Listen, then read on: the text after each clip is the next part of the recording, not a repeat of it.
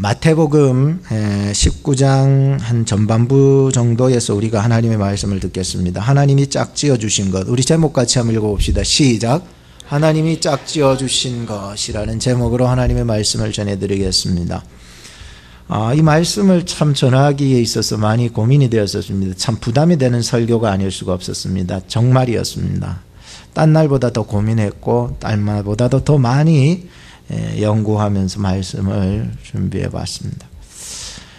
유대인들의 결혼의 풍습에서는 결혼을 약속을 하게 되면 그 정혼 기간을 가지게 됩니다. 약 한 1년 정도를 가지고 나서 이제 결혼식에 골인을 하게 되는데, 1년간 그 정혼 기간 동안에는 신부는 신부의 수업을 잘 준비해야 됩니다. 그래서 단장, 몸조심도 잘하고 혼인할 때까지 자기의 정절을 지키면서 신부로서 준비해야 될 모든 예절과 준비를 다 갖추고 있어야 했었습니다. 혼인날이 되면 이제 신랑이 혼인 할 그 신부의 집으로 찾아와서 결혼 지창금이라고 그러죠. 그걸 들고 와서 장인 어른께 주게 됩니다. 그리고 장인 어른은 자기의 딸을 내어주게 되는 거죠. 그리고 그 딸을 데리고 집으로 와서 7일 정도 혼인 잔치를 열게 되는데, 중요한 것은 첫날이라는 거예요. 혼인 잔치를 여는 그 첫날이 굉장히 중요하다는 거예요. 그 첫날 밤에 그 신랑과 신부가 그 밤을 보내면서 어떻게 보내는지는 여러분들이 살아봤기 때문에 잘 알아서 더 이상 세밀한 것까지는 얘기를 못 드립니다. 하여튼 첫날 밤을 이렇게 보내면서 처녀의 그 성으로서 표시되는 피의 흔적이 나타나야 된다는 거예요. 만약에 이 피의 흔적이 나타나면은 이 여자는 어릴 적부터 태어나서 지금까지 처녀로서의 그 순결성을 지켜왔구나 하면서 인정을 받아서 모든 사람들에게서 이제 환영을 받고 결혼으로 골인이 되는 거예요. 근데 만에 하나 그 처녀성을 잃어버렸을 경우에, 피의 흔적이 없었을 때는 이거는 바로 장인 되는 그 사람이 망신을 당하게 되고, 그리고 더 나아가서 그 결혼은 파혼이 되고 그 신부 될 여자는 쫓겨나가게 되는 거예요. 참 안타까운 현실이 아닐 수가 없습니다. 결혼이라는 것은 단순히 우리가 남자 여자 만나가 애 놓고 산다 이런 개념으로서만 생각할 것이 아니잖아요. 영적으로 보면은 이 결혼이라고 하는 개념은요, 굉장히 참 의미가 많이 있더라고요. 성경을 여러분들 깊이 읽어보신 분들은 이 결혼의 의미가 단순히 어떤 사람들의 살고 애 낳고 행복하다 이런 정도가 아니잖아요. 성도들이 앞으로 맞이할 신랑, 우리의 진짜 신랑은 누구일까요? 예수님. 그분에 대한 결혼식의 모형이었다는 거예요. 우리가 지금 살아가고 있는 결혼의 모습이, 이 결혼을 통하여서 우리가 진정한 신랑을 찾아가야 된다. 목사님, 나는 남자인데 무슨 또 신랑을 맞이합니까? 그게 아닙니다. 남자도 주님 앞에서는 신부가 되더라고요. 그래서 이것이요, 주님이 다시 오시는 그때에 성결하게 순전하게 준비된 신부는 예수님과 함께 들림을 받게 되는 거예요. 바로 그때 단 한 가지의 판가름이 일어난다는 거예요. 그게 뭘까요? 마음속에 예수의 피가 있느냐라고 하는 것이 나로 하여금 그때 그 혼인잔치 자리로 들림을 받게 된다는 게, 두 사람이 밭을 갈다가 한 사람은 데려감을 당하게 되고 한 사람은 버려둠을 당하게 된다.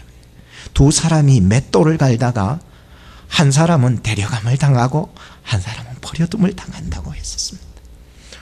오늘 여러분들 마음속에 다시 오실 주님을 맞이할 신부로서 예수의 피가 여러분들 정결한 신부로서 준비될 수 있는 여러분 되기를 주님의 이름으로 축복합니다.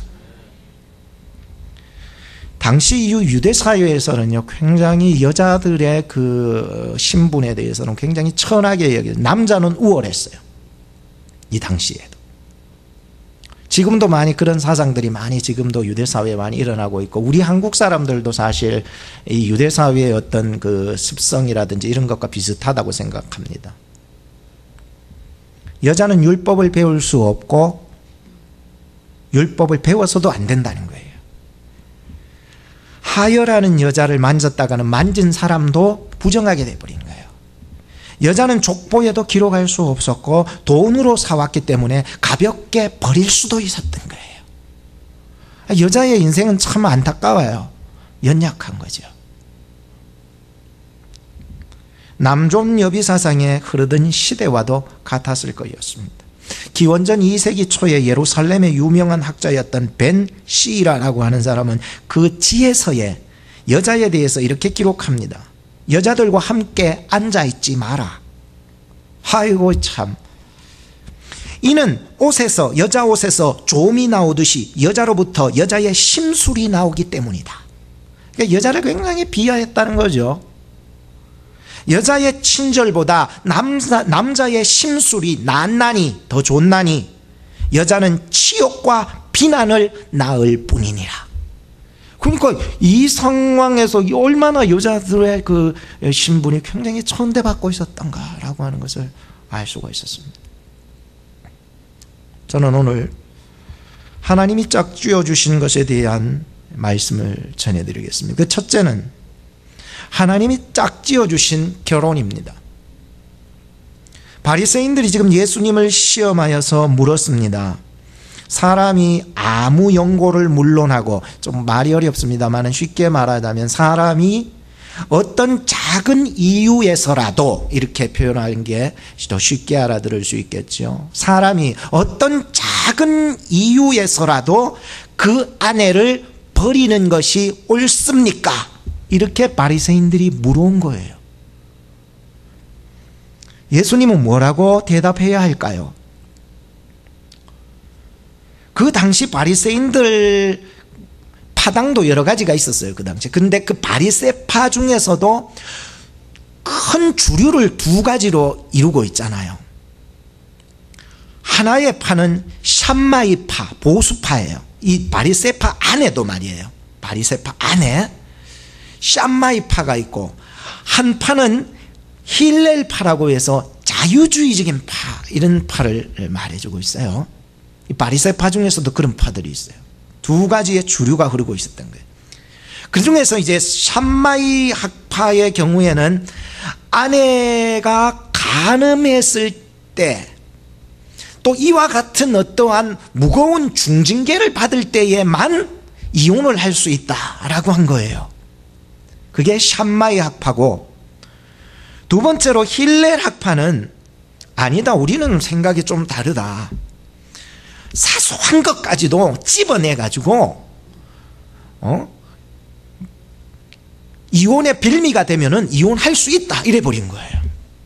그러니까 이 샴마이 학파가 어떻게 보면 더 보수적이고, 또 힐렐 학파는 좀 자유적이다. 아무 뭐 조그만한 거 가지고도 다. 예를 들자면은 이렇게 기록합니다. 남편에게 음식을 갖다 줬는데 음식을 먹어보니까 좀 쉬었어. 쉬어 빠진 거야. 근데 조금 쉬었어. 근데 그것이 이혼의 별미가, 이유가 될 수 있다는 거예요. 이게 힐렐 학파 사람들의 주장이라는 거예요. 그러니까 살아가다가 남자가 새 여자가 생겼다. 이럴 적에는 이혼의 빌미가 돼버리는 거예요. 그러니까 별거 아니죠. 별거 아니고 정말 우리가 생각하기엔 저 좀 나쁜 놈이다, 진짜, 이렇게 생각하는 거죠. 살다가 내 마음에 애정이 사라졌다.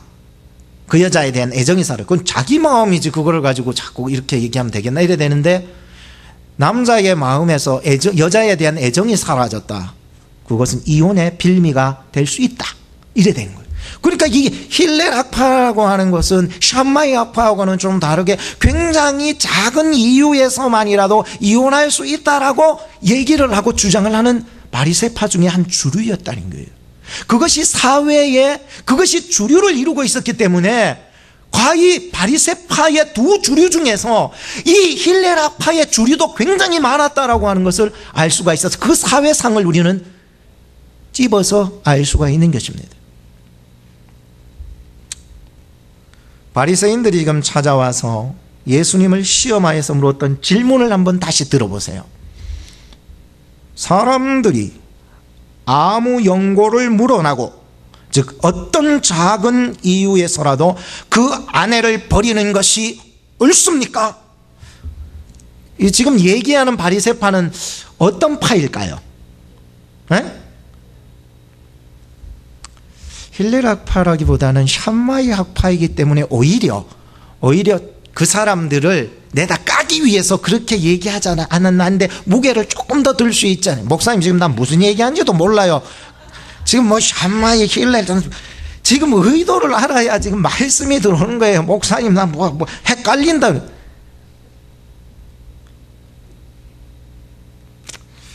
들으세요. 이 사람이 아무 연고를 물어나고 어떤 작은 이유에서라도 그 아내를 버리는 것이 정말 옳습니까? 라고 예수님한테 물으면 저것들끼리 싸우지 왜 예수님한테 와가 이렇게 물었을까요? 예수님을 넘어뜨리려고 말이에요. 목적이 거기 있는 거죠.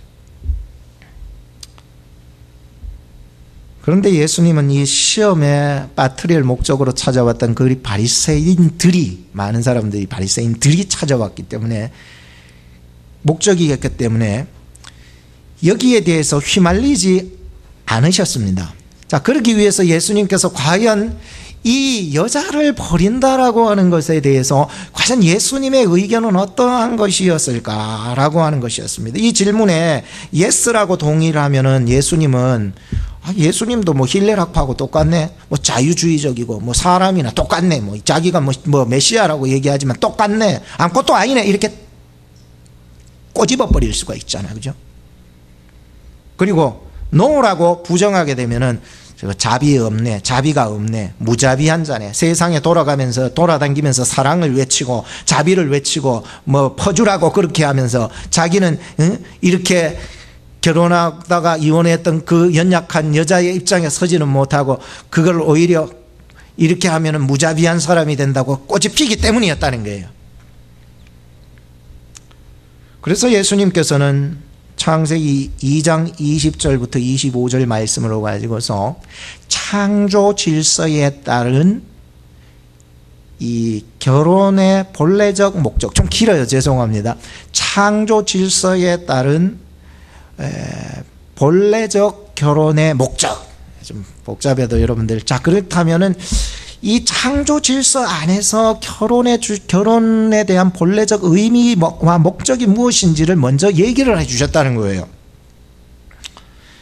성경에 보면 이렇게 기록합니다. 창세기 2장 20절 25절 이 말씀을 들어 예수님이 얘기하신 거니까 이들에게 얘기를 하는 거예요. 예스냐 노냐라고 하는 것이 아니라 아담이 돕는 배필이 없으므로 하나님이 아담을 깊이 잠들게 하시니 잠들매 그가 갈빗대 하나를 취하여 갈빗대로 여자를 만드시고 그를 아담에게로 이끌어 오시니 아담이 가로되 이는 내 뼈 중에 뼈요 살 중에 살이라 이것을 남자에게서 취하여 쓴즉 여자라 칭하리라 하니라 이러므로 남자가 부모를 떠나 그 아내와 연합하여 둘이 한 몸을 이룰지로다. 아담과 그 아내 두 사람이 벌거벗었으나 부끄러워 아니하니라. 이렇게 말씀했습니다. 여러분들 그냥 들으시는 것 같은데 이 말씀을 굉장히 묵상하면은요, 굉장한 은혜들이 많아요. 우리 인생의 문제, 그리고 부부의 문제, 가정의 문제들이 그냥 일축되어서 한마디로 지금 말씀하시는 거예요. 하나님이요, 이 결혼 제도를 제정하셨습니다. 하나님이요, 혼자 두기에 독처하는 것이 외롭게 보여서 아담의 갈빗뼈를 뽑았습니다. 그 갈빗뼈를 뽑은 것 중에서 살을 채우셔서 그 하와를 만드시고는 그 하와를 하나님이 친히 데리고 가셔서 아담에게 소개를 시켜주셨다는 거예요. 아담이 이걸 보니까 너무 기뻐서 노래 형식이에요. 이는 내 뼈 중에 뼈요 살 중에 살이라. 내 몸에서 취하였으니 이는 여자라고 칭하리라. 이렇게 되는 거예요. 야, 참. 그리고서는 또 그래, 남자가 부모를 떠나서 그 아내와 연합하여 둘이 한 몸을 이룰지어다. 둘이가 뻘거벗었으나 부끄러워하지 아니하니라. 야, 이게요, 묵상하면 묵상할수록 귀한 말씀이 아닐 수 없습니다. 결혼은요, 하나님이 제정하신 제도였습니다. 결혼은요, 나의 빠진 갈비뼈를 다시 가슴에 품어 안는 사랑의 만남이었던 거예요.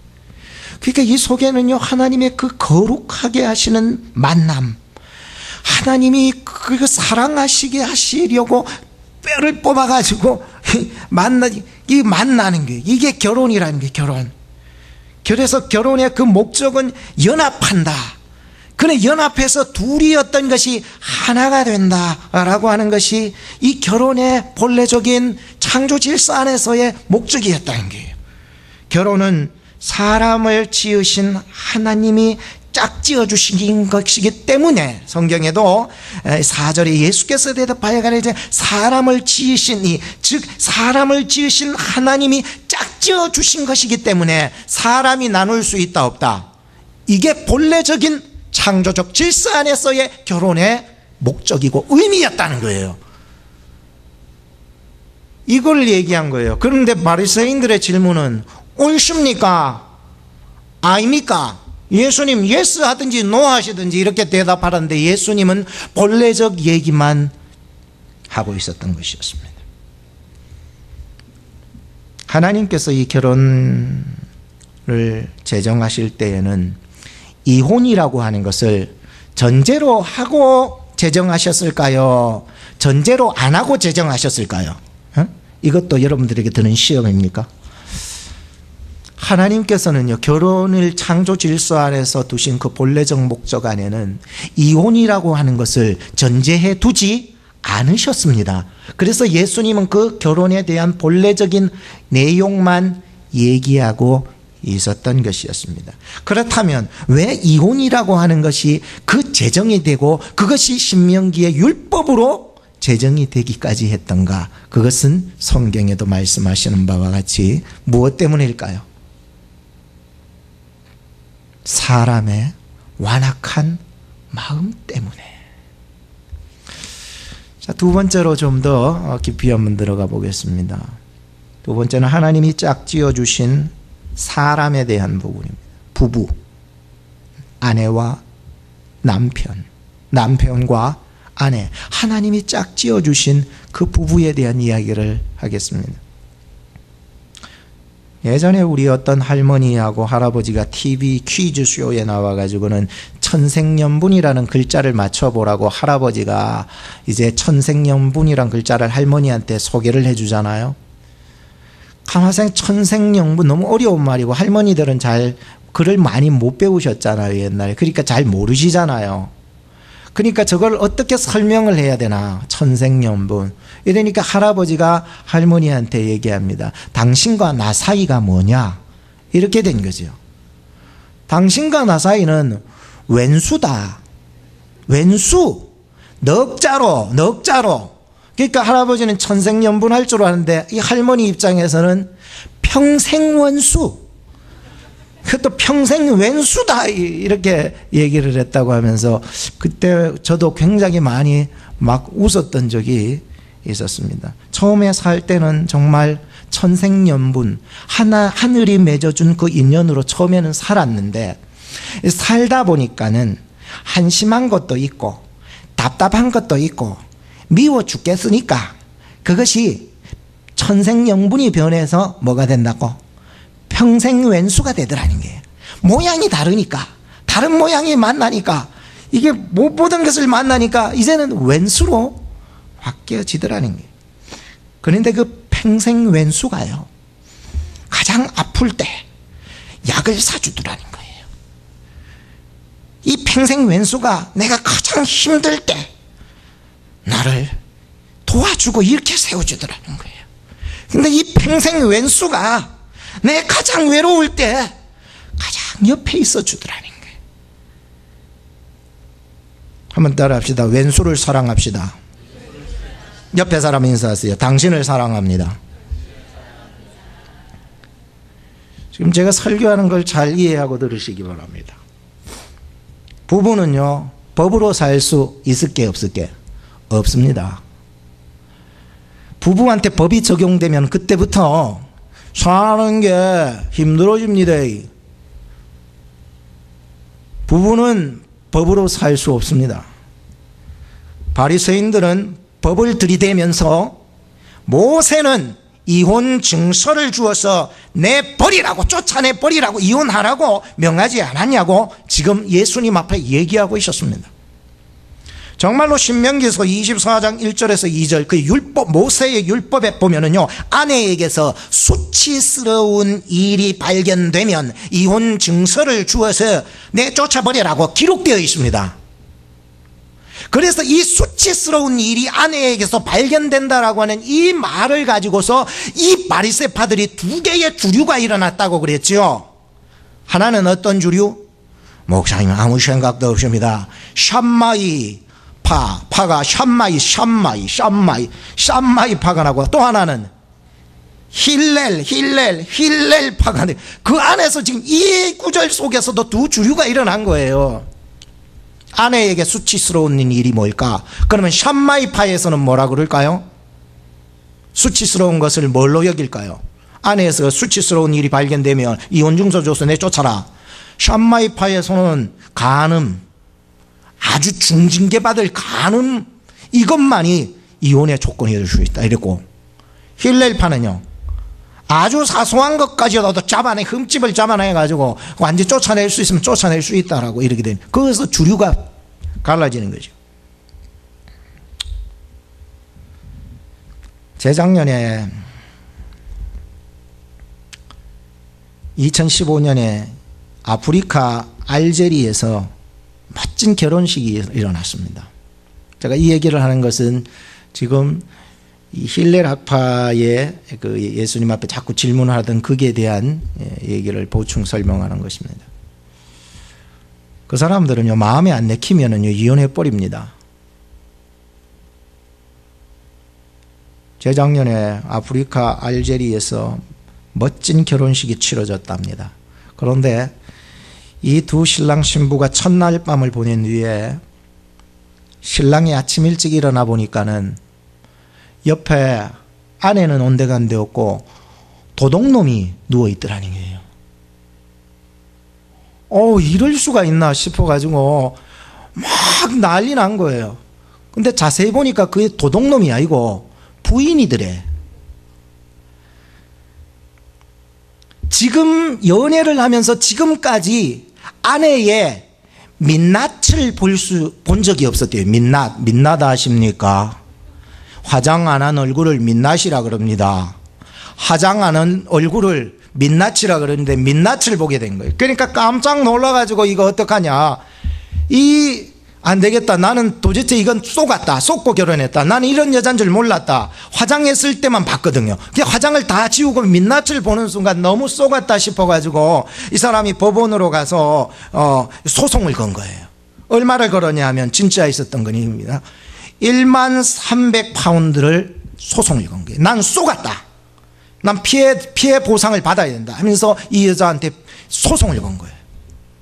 그것이 미국 달러로는 약 25,000 불 정도의 피해 보상을 내가 소송을 건 거예요. 우리 교회도 한번 민낯주의를 한번 만들어 가지고 좀 자기 자신을 좀 이렇게 좀 확 좀 드러내면은 좀 미연에 깜짝 놀랄 일들은 좀 방지하지 않을까. 저도 아내와 결혼을 하고 부산 조선호텔로 가서 하룻밤을 지내고 다음날 아침 일찍 일어나서 아내의 모습을 보고 침대에서 떨어질 뻔했습니다. 장모님이 옆에 누워 계시더라고요. 결혼 후에는 바꿀 수가 없어요. 요즘 점점 저희 아내 모습을 볼 때마다 더 깜짝 놀라는 것은 장모님 모습하고 더 닮아가더라고요.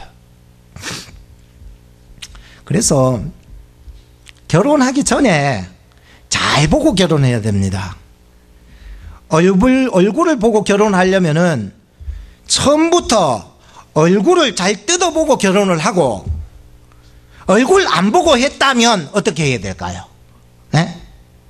얼굴 보고 했습니까? 얼굴 안 보고 했다면 그때부터 아내 속에 있는 이쁜 거를 찾아가며 살아가야 됩니다.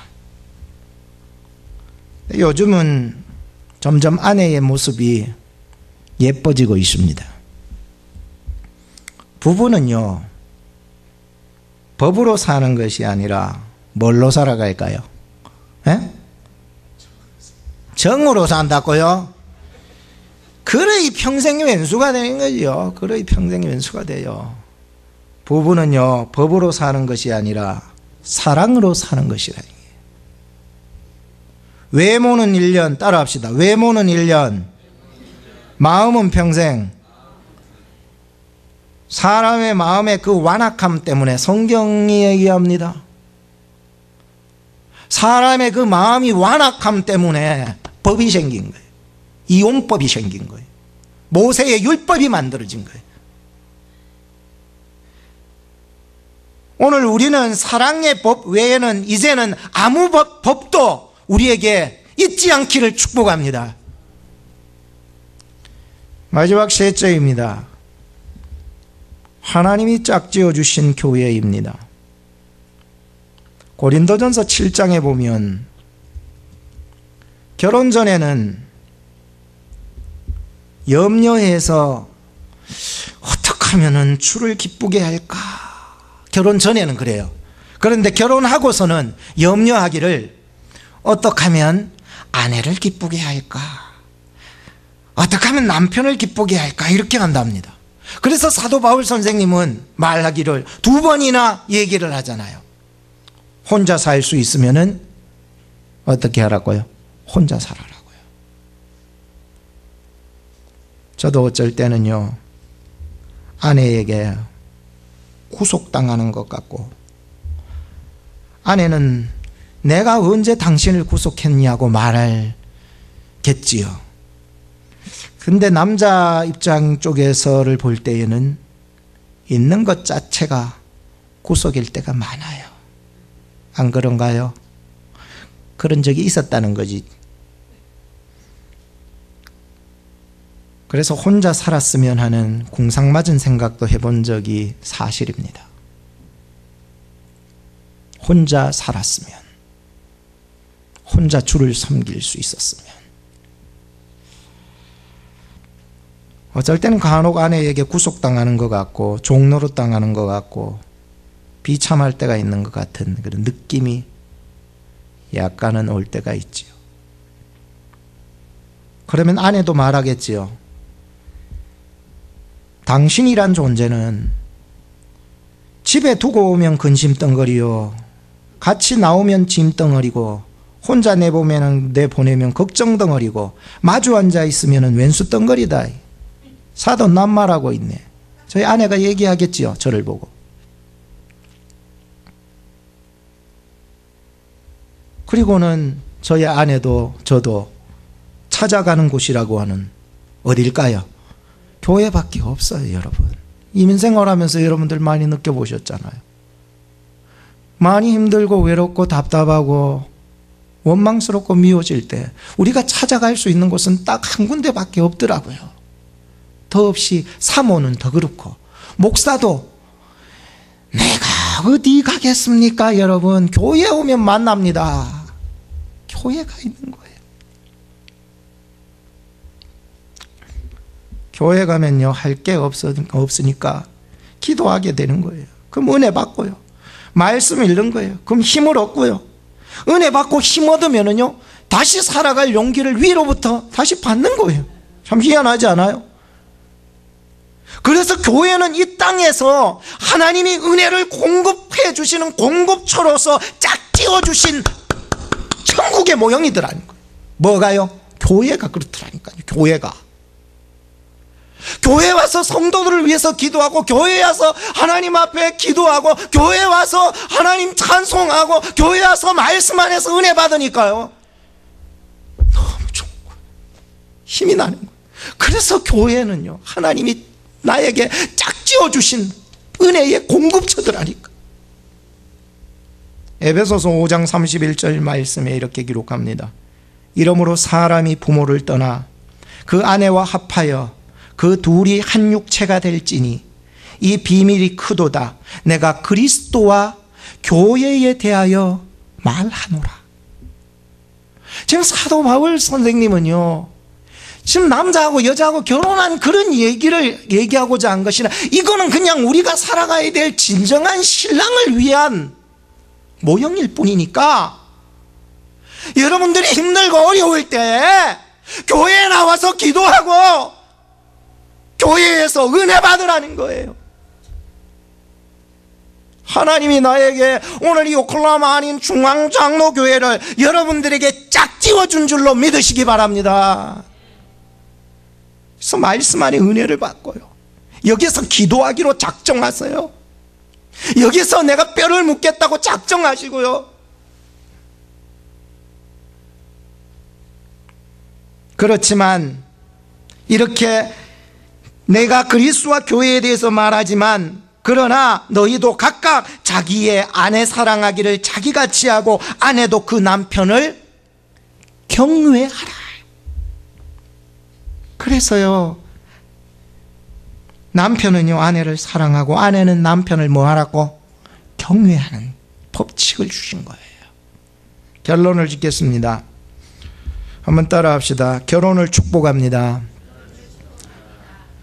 아내를 사랑하고 이제 남편을 사랑합시다. 교회를 사랑하고 우리 옆에 있는 당신을 사랑합니다. 옆에 마지막으로 인사하고 기도하겠습니다. 당신을 사랑합니다.